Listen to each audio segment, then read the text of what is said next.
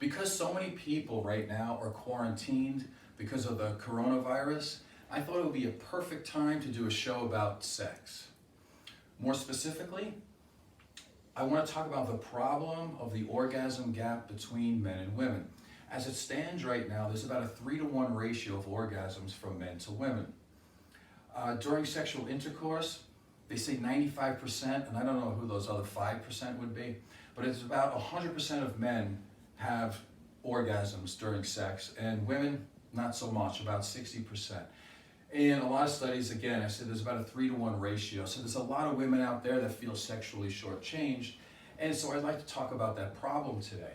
But in order to do that, we do have to talk about some hurdles and some guidelines that we need to look at and get past. And then once we address those, then we can get to some actual solutions. So let's start back at the top. Why might there be an orgasm gap? Well, a lot of women will say right off the bat that men are selfish lovers. And I'm not saying that that's not true. I'm sure there's plenty of that out there. But let's start with some basic physiology. The most sensitive parts of a man are in direct contact with a woman during sexual intercourse, which is not true from the woman's side. So it creates a time imbalance.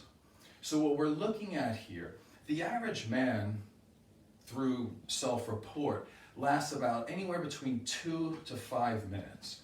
Now, before we laugh here and think that 5 minutes is not that long, let's cut back a little bit. The 2-minute time came from a study, a Kinsey report from 1948, the men who won World War II. Okay, so they were manly guys. But there was something about them too. They were actually honest. They answered the questions the way they should. Now, the 5-minute mark is closer to millennial men. And of course, most of that is, they're not measuring the time they have intercourse. They're actually measuring their narcissism. For example, the sale of Magnum condoms is about 20% higher than it was only 15 years ago.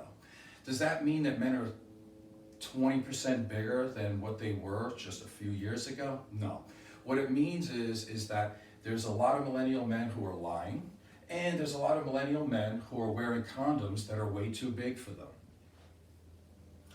Now, women take about 13 to 20 minutes in order to have orgasm during sexual intercourse. So we're looking at a massive time gap. So that's going to be one of the things we have to look at. Also, 25% of women orgasm from sexual intercourse, meaning unfortunately 75% don't. Now, of course, this is self-report. So we're taking average women and asking them, can they have an orgasm during sexual intercourse? Now, let's assume that these women are sleeping with the average man.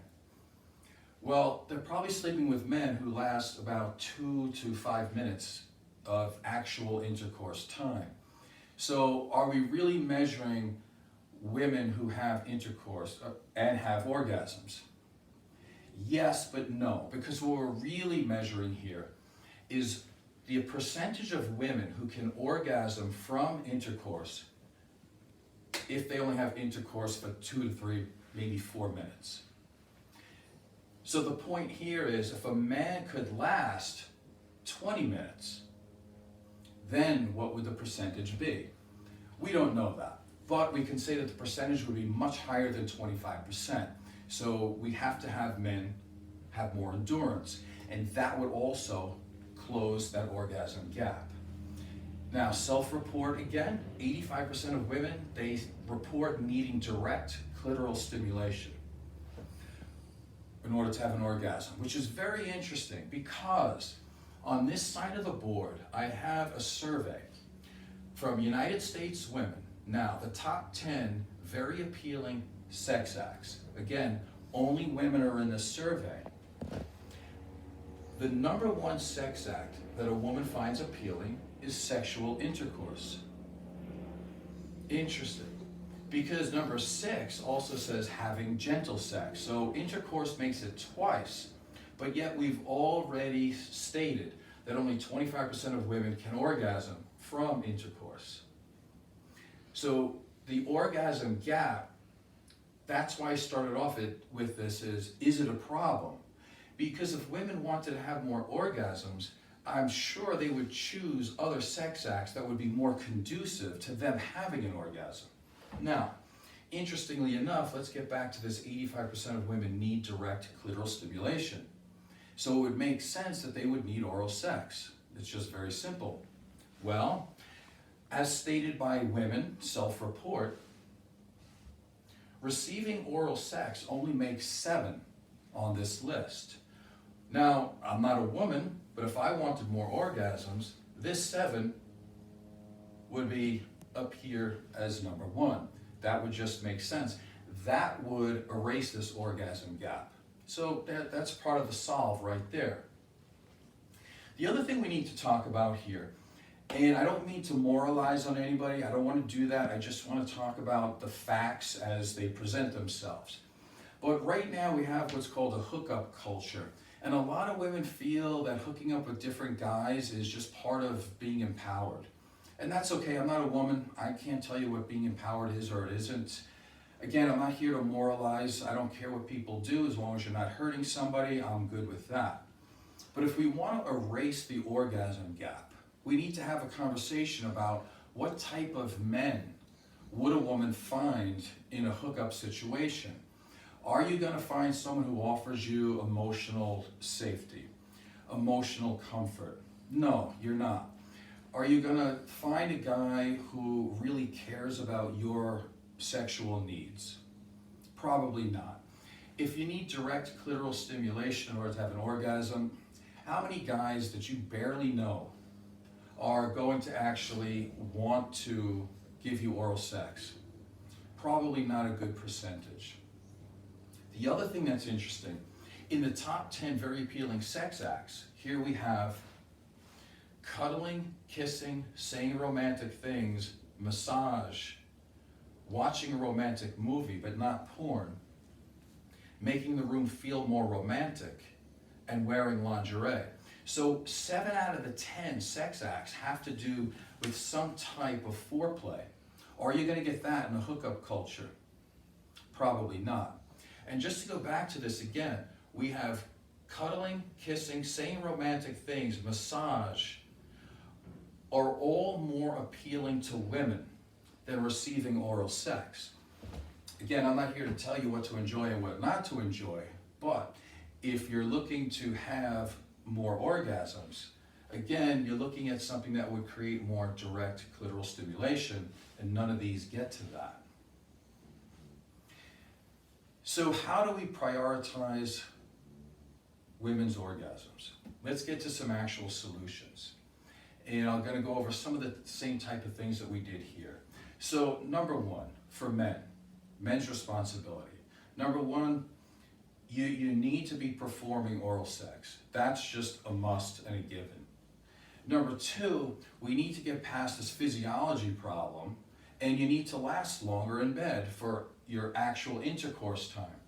Now, just like every person in this world who's successful, you have an intention and you make a goal and you aim and shoot for it. Well, this is what we need to aim and shoot for. If the average woman needs 13 to 20 minutes of actual intercourse time in order to have an orgasm, I would say you at least as a minimum are aiming for 20 minutes. Now, if you're really smart at it, what you do is, we go back to the very appealing sex acts. As you see, 7 out of the 10 have to do with foreplay. So, cuddling, kissing during sex, saying romantic things, massage, making the room feel romantic, and her wearing lingerie, not you, that should be part of this before we get to the actual thing of making her have an orgasm. But again, you should be aiming for this 20-minute mark. Now, again, so the relationship is that you need to make a woman feel emotional safety, security, and connection. Without that, you're going to have some difficulty. So that's also important. Now, for the women's side, you know I was going to get to that. I don't want to make it all blaming. There is no blaming. It's just, let's just talk about facts as they exist. Women need to be honest about what they want. Because if you're with a man in a long-term relationship who cares about you, he may not be good in bed, but it's not because he doesn't want to be. It's because he probably needs a little more practice and he needs a little more help. So that means honesty. And if he can't handle honesty, you're with the wrong guy. So what you need to do is not fake orgasms. Study after study tells us that about 80% of women have faked an orgasm. Some of them on a regular basis. I don't want to be too blunt here, but I probably should say it. If you're a woman in a long-term monogamous relationship and you're faking orgasms, you're actually faking the relationship because it's an important part of the relationship. And if you fake it, you're not giving him the right tools and the right feedback that he needs to be a better man. Assuming that you're with the right man, he's going to want that feedback because he wants to be a better partner and you're not giving him the chance. So the first thing is be honest and don't fake and be assertive. Tell him what you want. Guys like to know what a woman wants. Again, if a man doesn't want to know what you want, he's probably in the hookup culture and doesn't care about you anyway. So nothing lost there. And number 5, as a solution, women need to work on losing their inhibitions. Inhibitions hold you back because it's interesting. When we look at what women need to have an orgasm and what they ask for, receiving oral sex, again, is only number 7. Why would that be? Well, a lot of women feel very uncomfortable with a man being in that position with them because women feel a little insecure about their bodies. Well, if you can get over that inhibition and ask for what you want and feel comfortable while you're getting it, the chances of having orgasm are actually more than a man. Because typically your average man is good for like 1 orgasm in a session. Women are multi-orgasmic. So the 3-to-1 ratio is going to be on the woman's side if you know how to ask for what you want and be less inhibited to be able to feel what you want to feel. Now, speaking of 85% of women say that they need direct clitoral stimulation. That may or may not be true because there's been plenty of studies about anal sex. The last study I looked at was with about 6,000 women. And of the 31% of women who actually admitted to having anal sex, 94% of them had orgasms. Because during anal sex, it hits the G spot as well as the A spot. Again, it's not the clitoral stimulation there. So what this really says is that many women are inhibited and have not tried anal sex. So again, going over it real quick, men, you need to be better at oral sex, you need to last longer, and you need to do foreplay. Women, preferably find someone who really cares about your needs, someone that you can feel emotionally connected to and safe with. Also, be honest with the man you're with. Don't lie and be assertive. Ask for what you want. Be less inhibited with your own body and also putting the pressure on the man to do his part. And that's about all I have for today. I was going to have Lola ask a question, but honestly, she was fixed when she was 6 months old. She doesn't know much about sex other than what she has seen, actually.